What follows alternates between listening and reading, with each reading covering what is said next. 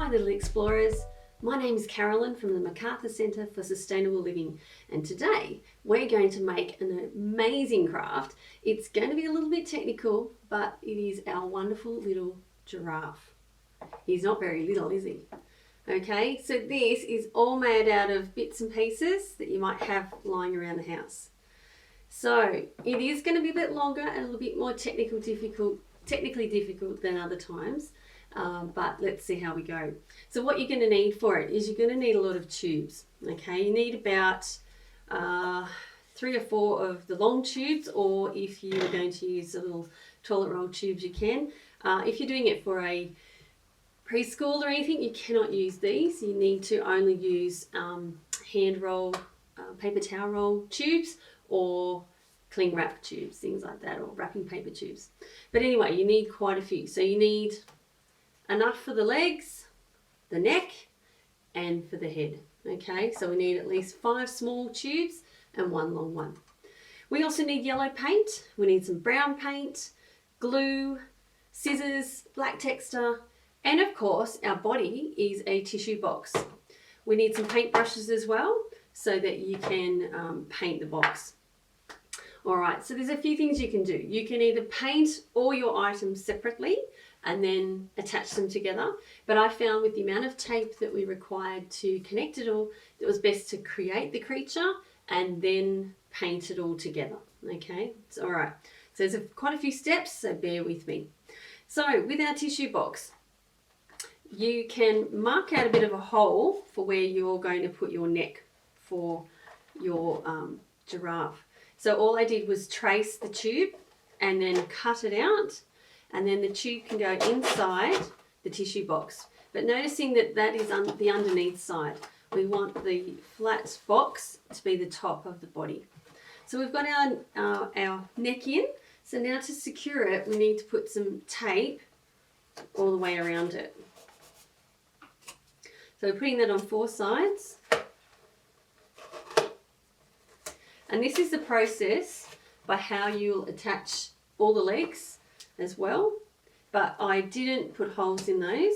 All I've done, holes for the box, all I've done is just tapes them to the box. Okay, just like so. Now once you've got your 4-sided, I know it's not super neat, is to add a bit of extra security, get a piece of masking tape and try and go around and incorporate all those small pieces of tape so that they're extra sturdy. And that's how you're going to hold all of your tubes onto your box. Okay, so on our guide here, we haven't actually put any holes under the box. It would change the integrity of the box if we did that for every leg. So I've only done it for the neck because it's tall and it needed to be a bit more strengthened. Okay, so that's the method of how to attach everything together. When you have attached your legs underneath, bit of an example. Okay, you've got your 4 legs underneath and you're going to put a roll on the top of the neck to be the head. When all that is taped together, then you're going to paint it with yellow paint all over.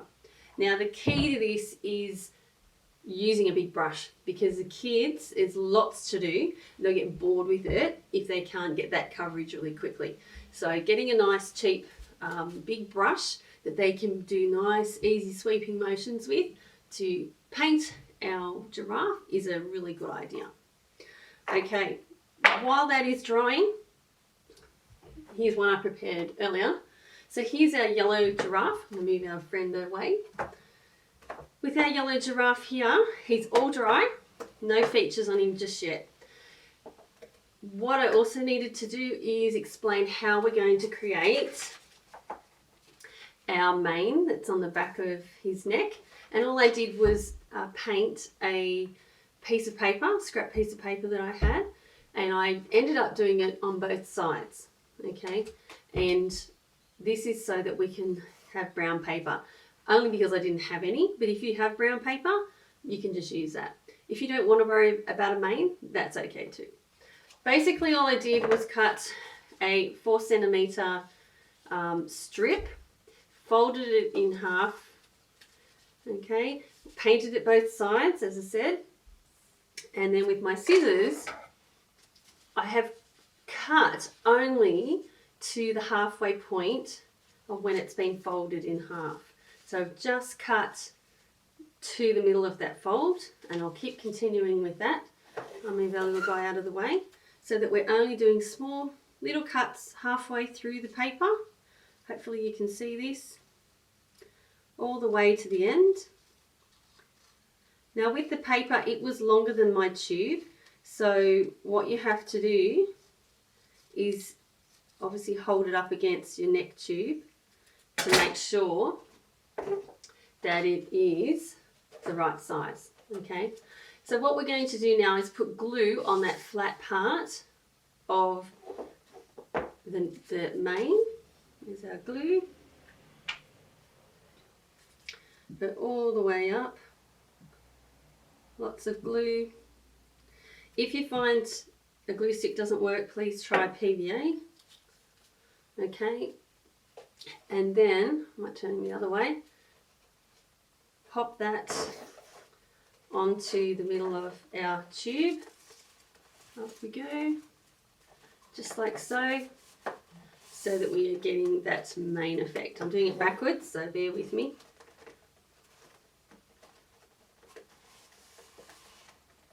Okay, so there's our lovely fluffy mane on his neck. We also did a thin strip of the same brown paper. I've cut a little feathery effect at the end.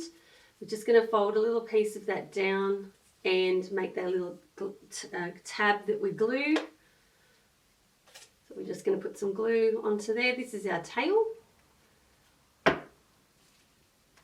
And that's just going to go on there like so, so that makes it sort of stick out a little bit when you do it with that fold. Okay, and what's missing? Ah, some eyes. Okay, so to do the eyes, I found an old envelope. I traced the lid of my glue stick to create some circles. Cut them out, and with a texter just drew some eyeballs on there, so some pupils. So we just put some glue on and attach the eye to the side of the head. Get an extra one. So just use whatever bits and pieces you have. As I said, I like to use scraps. So there's my other eye popping on. So there he is. Hopefully they're lined up enough. And that's his eye. Now, something else missing. His ears. Now for that I had some more scrap paper and I just free drew a leaf sort of shape, and we want two of those, so I then traced it so it was exactly the same shape. So I have two ears, and all I did was fold a little bit down and glue the smaller side. So we're just going to glue this here. So I find doing all this gluing is good all at once, and we put the glue just on the side of the neck tube, so it's sort of a bit flappy there. Fold down another piece of it. Whoop, a bit crooked, doesn't matter. And apply more glue and put it on this side. Okay, so now we have a giraffe with his ears, he's got his eyes, a mane and a tail. So the only thing left to do is to give him his spots. So once again, we get the brown paint. Please use a bit of scrap paper to lean on. This is probably a project that's good for outside as well. We get some brown paint. We'll just move this away, and we're going to start doing some splodges. Now I used a big brush again for this, and it was a little bit of a dry brush, so it had a stippling effect. It sort of is a dabby effect. So all we need to do is blobs, blob, and I just sort of did little mini swooshes with the brush, so it goes around and around, and we start to get our little spots all over. You can make them round, you can make them blodgy, more predominant, things like that. It's hard when you're backwards. Okay, So whatever sort of shapes and sizes the kids want to do, but it's lots of fun.